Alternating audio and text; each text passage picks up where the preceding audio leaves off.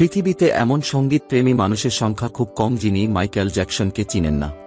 আজকে আমরা যার জীবনী তুলে ধরব তিনি হলেন বিশ্বের ১ নম্বর পপ সম্রাট মাইকেল জ্যাকসন, যিনি একজন মার্কিন সঙ্গীতশিল্পী, নৃত্যশিল্পী, গান লেখক, অভিনেতা, সমাজসেবক এবং ব্যবসায়ী। পৃথিবীর ইতিহাসের সবচেয়ে জনপ্রিয় এবং সবচেয়ে বহুল বিক্রিত অ্যালবামে সঙ্গীতশিল্পীদের তিনি অন্যতম। মাইকেল জোসেফ জ্যাকসন ২৯ আগস্ট ১৯৫৮ সালে যুক্তরাষ্ট্রের ইন্ডিয়ানা রাজ্যের গ্যারি নামে এক গ্রামে জন্মগ্রহণ করেন। তার পরিবার ছিল আফ্রো আমেরিকান। পরিবারের অসচ্ছলতার কারণে মাইকেল জ্যাকসনকে কপিকল অপারেটর হিসেবে কারখানায় কাজ করতে হয়েছে। জ্যাকসন পরিবারের অষ্টম সন্তান। মাইকেল মাত্র ৫ বছর বয়সে ১৯৬৩ সালে পেশাদার সঙ্গীত শিল্পী হিসাবে আত্মপ্রকাশ করেন। তিনি তখন জ্যাকসন ৫ নামের সঙ্গীত গোষ্ঠীর সদস্য হিসাবে গান গাইতেন।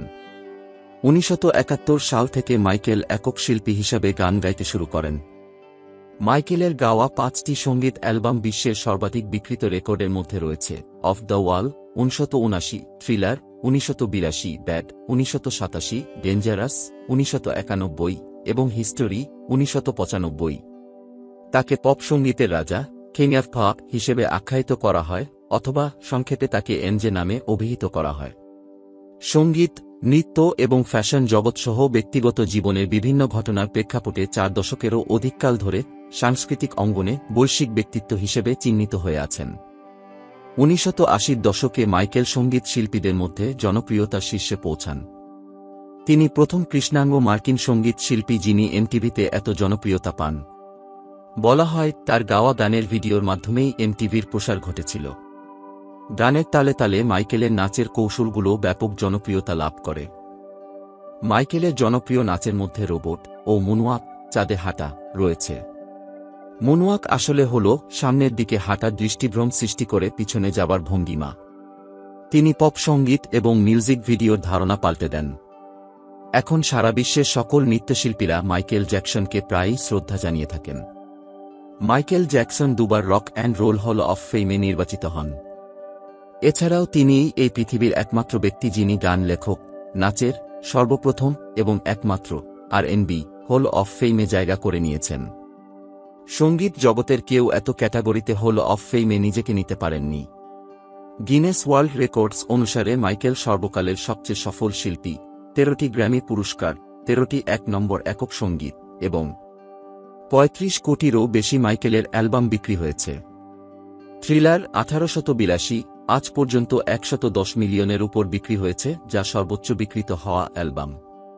ব্যাড ১৯৮২, যেটাতে আছে বিলবোর্ড চার্টে ১ নম্বর হওয়া ৫টি গান যা সর্বোচ্চ, এবং মাইকেল জ্যাকসনের সবচেয়ে বেশি বিক্রিত অ্যালবামের তালিকায় দ্বিতীয় এবং ৬৭ মিলিয়ন কপি বিক্রি হয় ডেঞ্জারাস ১৯৯১, যার মাধ্যমে মাইকেল নিউ জ্যাক সুইং নামে নতুন একটা জেনারকে পপুলার করে, এবং এটি সবচেয়ে বেশি বিক্রিত হওয়া নিউ জ্যাক সুইং অ্যালবাম, যার পরিমাণ ৩৬ মিলিয়ন কপি। হিস্টোরি ১৯৯৫, মাইকেলের নবম স্টুডিও অ্যালবাম এবং এই পর্যন্ত ৩৩ মিলিয়ন ৬৬ মিলিয়ন ইউনিট, যা হচ্ছে এই পর্যন্ত ২টি ডিস্ক সমন্বিত একটি অ্যালবাম এর সবচেয়ে বেশি বিক্রিত অ্যালবাম।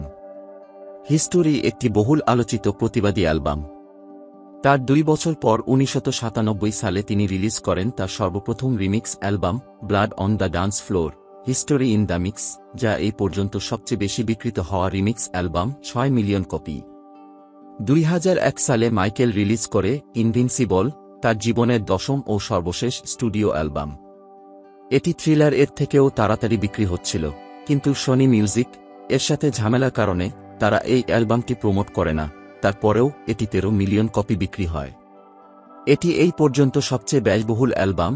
এই অ্যালবামে শুধুমাত্র রেকর্ডিং এই মাইকেল খরচ করে ৩০ মিলিয়ন মার্কিন ডলারের উপর। ২০১০ সালে বিলবোর্ড কর্তৃক একটি পোলে এই অ্যালবামটি ২০০০ থেকে ২০১০ সালের মধ্যে রিলিজ পাওয়া অ্যালবাম এর সেরা অ্যালবাম নির্বাচিত হয়। জ্যাকসন হচ্ছে এই পর্যন্ত সবচেয়ে বেশি অ্যাওয়ার্ড ও নমিনেশন পাওয়া তারকা। এছাড়াও গিনেস বুক অফ ওয়ার্ল্ড তাকে বিশ্ব রেকর্ড এ ভূষিত করেছে বিনোদন জগতের মানুষ হিসেবে সবচেয়ে বেশি দান খয়রাত করবার জন্য, এবং তার দানকৃত অর্থের পরিমাণ ৫০ মিলিয়ন মার্কিন ডলারের বেশি।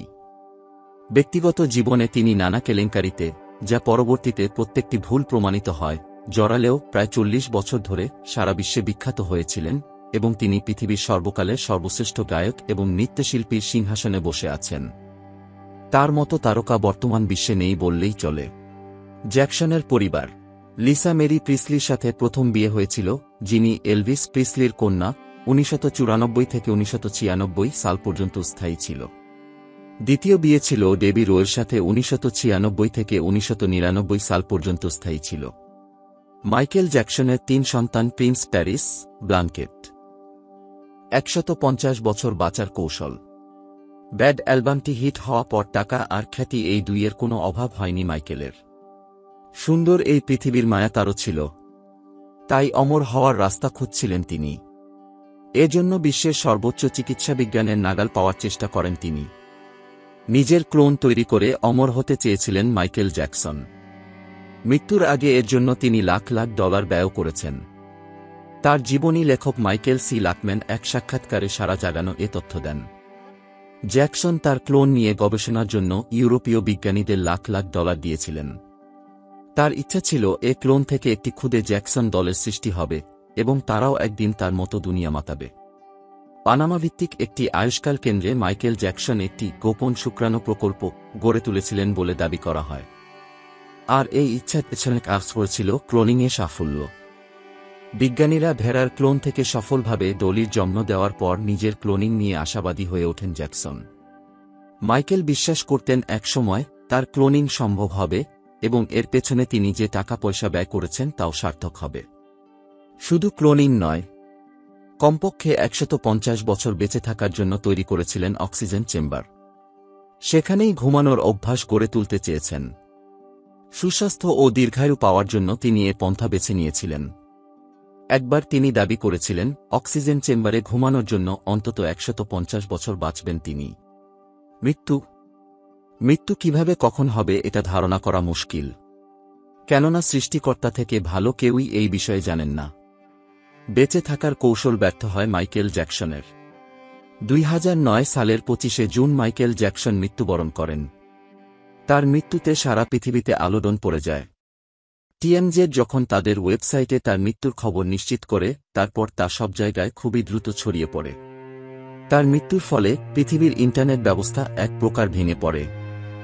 তার সম্পর্কে বিস্তারিত জানার জন্য পৃথিবীর সকল অঞ্চল থেকে তার ভক্ত ও সাধারণ মানুষ গুগলে সার্চ করা শুরু করে।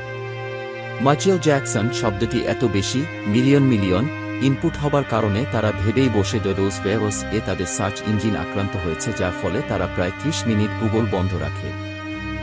উইকিপিডিয়াতে 1 ঘন্টার মধ্যে 12 লাখেরও বেশি মানুষ মাইকেলের বায়োগ্রাফি দেখে, আর এই চাপ উইকিপিডিয়া লোড নিতে সক্ষম না হওয়াতে ক্র্যাশ করে। পরে কর্তৃপক্ষ জানায় তাদের ইতিহাসে এরকম ঘটনা এই প্রথম। একই রকমভাবে টুইটারও ক্র্যাশ হয়, যেখানে মোট টুইটের 15% মেনশন করা হচ্ছিল মাইকেল, প্রতি মিনিটে 5000+ টুইট।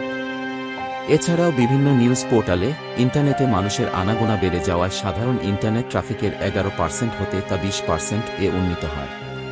এনটিভি 24 ঘণ্টা ধরে তার মিউজিক ভিডিও, ডকুমেন্টারি, ভক্ত, ফ্যামিলি ইত্যাদি বিভিন্ন বিষয় প্রচার করার সিদ্ধান্ত নেয়।